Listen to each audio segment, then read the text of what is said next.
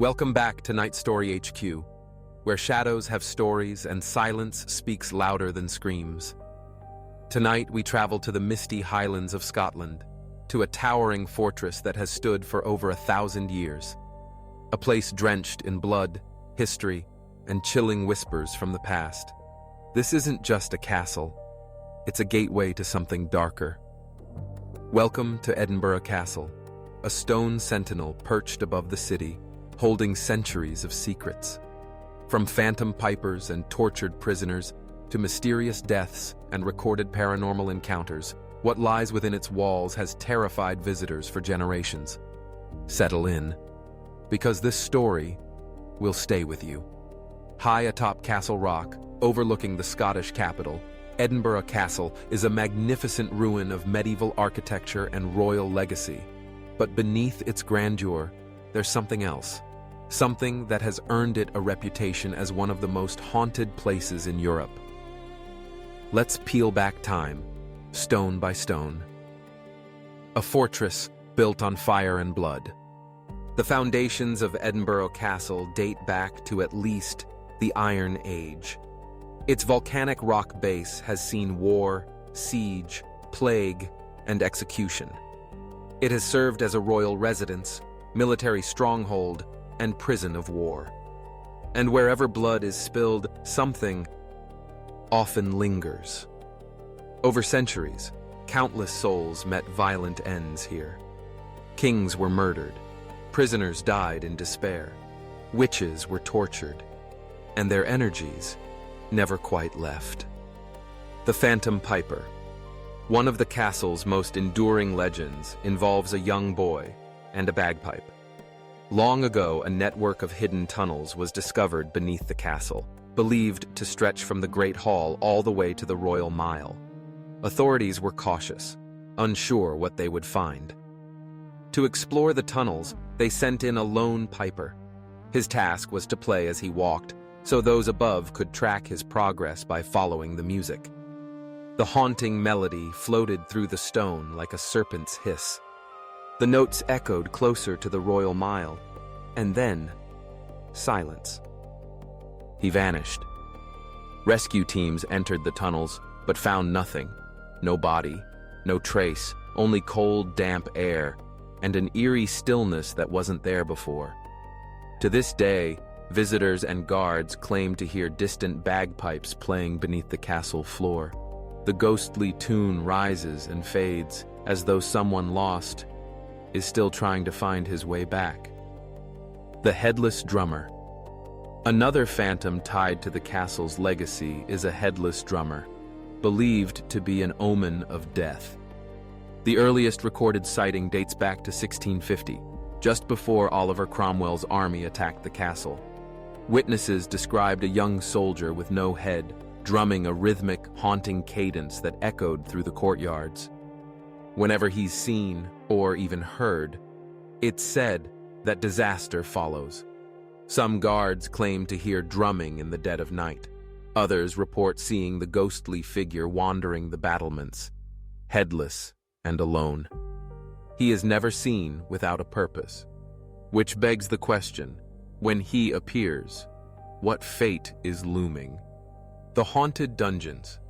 During the 18th and 19th centuries, the castle was used as a prison for foreign captives, including Americans during the Revolutionary War, French prisoners from the Napoleonic Wars, and pirates who roamed the seas. Conditions were brutal. Dark, airless chambers lined with chains, rats, and disease became tombs for many. One prisoner attempted escape by hiding in a wheelbarrow of dung being transported down the rocky slopes. But he miscalculated. The guards dumped the barrow over the edge of Castle Rock. His body was found days later, mangled and broken. Now, many who stand near the castle's battlements report a sudden push, as if unseen hands are trying to send them over the edge. Others have described the overpowering smell of rotting flesh, or the feeling of being watched by something hostile. The air in the dungeons is said to be thick and hard to breathe, even when empty.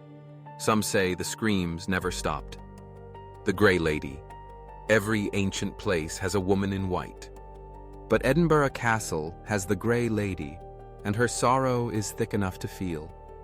Believed to be the ghost of Janet Douglas, Lady of Glamis, she was accused of witchcraft and conspiracy against King James V. Imprisoned within the castle, she was tortured and eventually burned at the stake outside its gates in 1537. Visitors report sudden cold spots, flickers of movement in their peripheral vision, and an overwhelming sense of grief when they enter certain areas of the castle. Some have even seen her, drifting silently through the stone corridors, her gown trailing the ground, her face veiled, her pain never-ending. Supernatural investigations. Edinburgh Castle has not only captivated historians, it has drawn the interest of paranormal researchers from around the world. In 2001, a major paranormal investigation was conducted with over 200 volunteers, including scientists and psychics. The experiment was one of the largest of its kind, and the results were nothing short of spine-chilling. Participants were divided into small groups and sent into different areas of the castle, many of which were reportedly haunted. Nearly half reported strange phenomena: sudden drops in temperature, unexplained shadows, sensations of being touched or followed, and feelings of nausea or dread in certain rooms. Some investigators saw apparitions, others experienced sudden emotional breakdowns or claimed they could hear voices whispering their names. One woman fainted after seeing a figure in period clothing reach out toward her before vanishing. Importantly, many of these participants had no prior knowledge of the castle's legends. Yet, their experiences closely matched long-reported hauntings. Even hardened skeptics left questioning what they had witnessed. The castle's energy.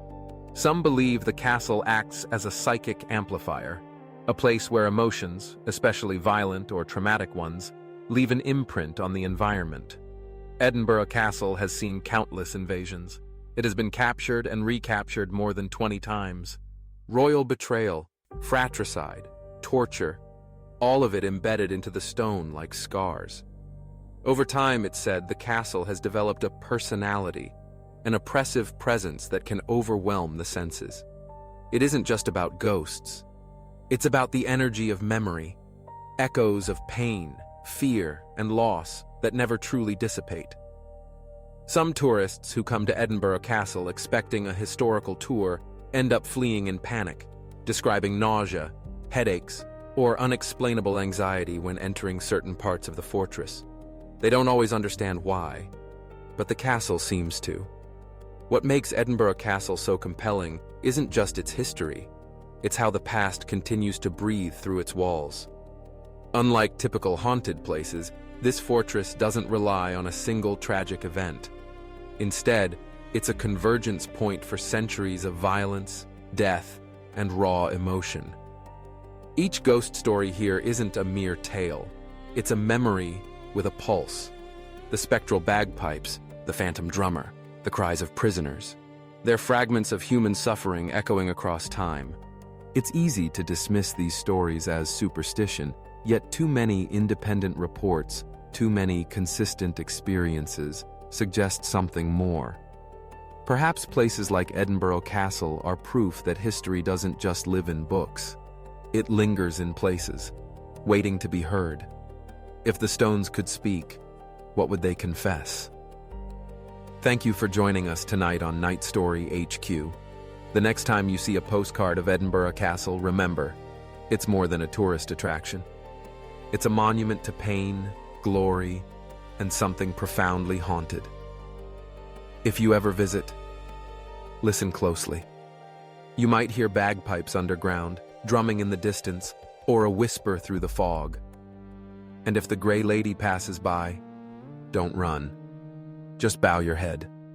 She's already suffered more than we ever will. Until next time, stay curious and stay in the light.